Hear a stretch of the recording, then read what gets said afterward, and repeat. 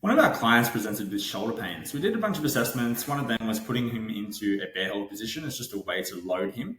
Now, what we can see is there's a big ridge between his shoulder blades. This is compression. His back muscles are tensed. He's got basically expansion at the front of him, compression at the back. This is going to restrict his shoulder motion. So his scapula is not going to be able to glide and slide around the rib cage anymore. So one of the things we did was the shape on the right. So we focused on the shape. Okay, our anatomy dictates our function. So we focused on getting him a rounded back, a bit of kyphosis, and that allows his shoulder blade to move a lot more freely around the rib cage. We've got this image here of this lady, and her spine, if we look from the side, is very, very similar, like a mirror image of this neutral spine.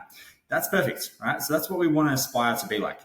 She's also got other examples where she's got excessive curvature, rounding, or excessive extension, basically lifting up of the chest or lordosis.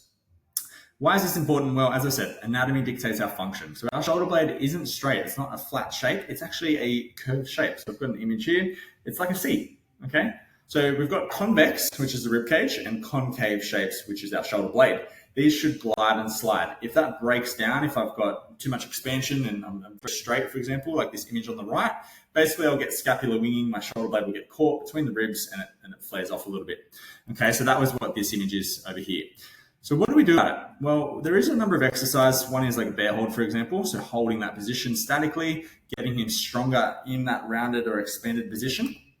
Or we could start doing some motions with it. So dynamic movements where we get the arms move forward and backwards, teach him how to move into shoulder flexion and that shoulder blade slides against the ribcage properly.